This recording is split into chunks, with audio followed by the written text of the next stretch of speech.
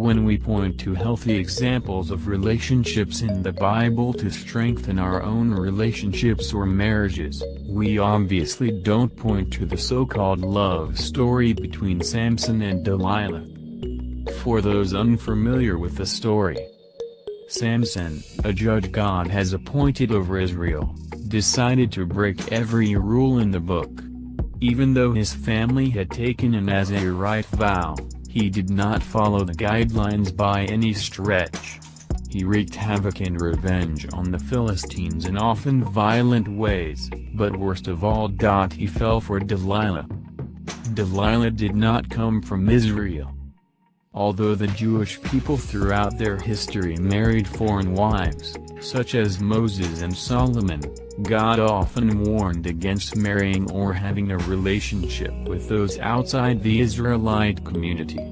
Often such women or men would lead entire families astray, chasing after idols or foreign gods. In her own way, Delilah leads Samson astray, and he pays the ultimate price. He was renowned for his strength, but when he lets Delilah in on the secret of that strength, she robs him of it and turns him over to Israel's enemies. In this article, we'll explore why their relationship goes down in infamy in the Bible, why their relationship fell apart, and what we can learn from their example. Let's dive in. What happens in the story of Samson and Delilah? Although we covered a good portion of the story above, let's uncover their love story from start to finish. We meet Delilah in Judges 16, whom Samson falls in love with. We know from previous passages that Samson has gotten in trouble with falling in love with the wrong types of women, but he seems to ignore all the red flags and dives headfirst into his relationship with her. 1. Dangerous intimacy. Samson never marries Delilah, but they do engage in a very intimate relationship. This, of course, later clouds Samson's judgment when Delilah tries to ensnare him and turn him over to the Philistines on multiple occasions. Speaking of the Philistines, prior to his encounter with Delilah, Samson had some run-ins with Israel's most notorious of enemies. They wanted him humiliated for all the trouble he had caused him. And when Delilah steps onto the scene, they know precisely how to do it. 2. The lure of bribery. They bribe her with 1,100 shekels of silver to uncover the secret to Samson's strength. If they could get rid of Samson's strength, they could overcome him and subjugate him to torture and humiliation. Although the conversion rates are a little tricky, we know they offered at least $90,000 for her to find out her lover's secret. Scripture isn't clear behind Delilah's motivations. Perhaps she never loved Samson in the first place. Perhaps the Philistines had used intimidation tactics. No matter what the case, she takes them up on their offer and sets out to discover the source of Samson's strength. She tries on multiple occasions to finagle it out of him, but he tricks her on a couple of occasions, and the Philistines fail to overtake him twice. Samson had to have drawn the connection between Delilah trying to uncover the secret of his strength and the Philistines coming to attack him soon after. 3. Temptation takes over. Nevertheless, because he loved Delilah in a mental and carnal fashion, he proceeded to go along and eventually gave in and told her the secret to his strength, his hair.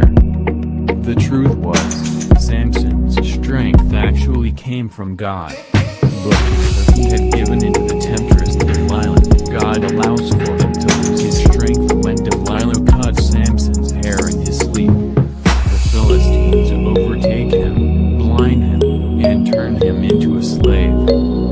Thus ends the love story of Samson and Delilah. 3 reasons Delilah and Samson had a bad relationship. Obviously, tricking the love of your life into getting captured by his enemies would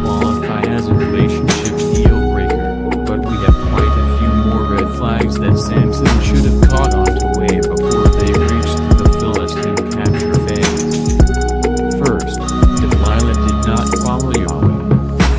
Scripture doesn't say that she's a Philistine, but she does come from a town outside of Israel. It's clear by her actions that she doesn't follow God nor His commands. King Solomon, in later years, fell into the same trap. He married wives and concubines from foreign nations, and they clouded his judgment. In the same way, Christians have to exercise caution when dating or marrying those outside of the Christian faith. 2 Corinthians 6 verse 14. If we yoke with someone of another faith, we may find ourselves drifting away from the truths of Scripture.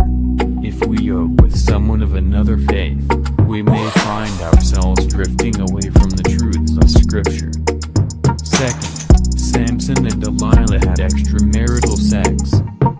The Bible doesn't make it clear if the two had any plans to get together under the bonds of holy matrimony. But the two hadn't married, and they likely didn't have plans to anytime soon. In Christian circles, this is a hot-button issue. After all, many Christians will engage in sex before marriage, even with the intention of getting married eventually. So why did Samson make a mistake here?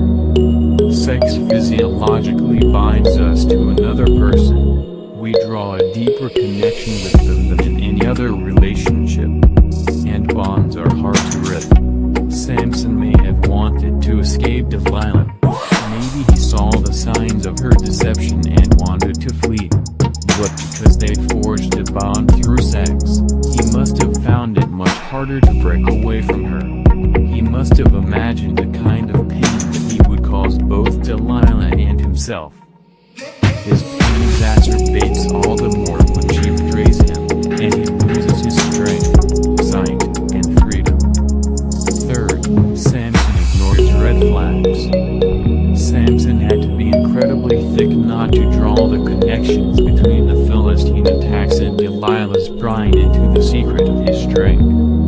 Although Samson doesn't really top the list for the wisest of judges, he had a particularly hot temper. He had to have noticed some massive red flags in correlations.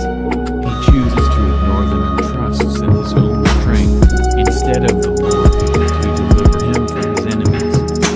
In the end, his strength fails him, and because he didn't do something about the red flags, he wound up at the end of a very messy relationship. What can Christians learn from the Samson and Delilah? We can learn three very clear things from Samson and Delilah's messy and toxic love story. 1. We need to exercise caution in the world of dating and marriage. Delilah was probably no doubt attractive and alluring, but because Samson didn't heed the red flags, he discovered she had a rather ugly side underneath. 2. We need to set clear boundaries in relationships outside of marriage. Sex can cause an immense amount of hurt when two people break the bond and go their separate ways. We can only imagine the immense amount of pain Samson felt when he discovered Delilah's betrayal. 3. We need to be wary of dating those outside of the Christian faith. It's important to have relationships of a platonic kind with those outside of the church. After all, yeast is no good if it just hangs out with yeast all the time, Matthew 13. But when it comes to relationships that have the intention of marriage, we need to make sure that our partners pursue a relationship with God wholeheartedly. In conclusion, Samson's love story doesn't top any lists for most romantic or most swoon-worthy. But like all breakups, we can learn a lot from this story. We learn the importance of finding a godly partner who pursues Jesus wholeheartedly. We also learn that taking a relationship too far can hurt us in more ways than one, even if our partner doesn't betray us to the Philistines. Thank you guys for watching. Please subscribe for more Christian-related stories and scriptures. God bless you all. Stay safe and always use your sanitizers and mask in this pandemic.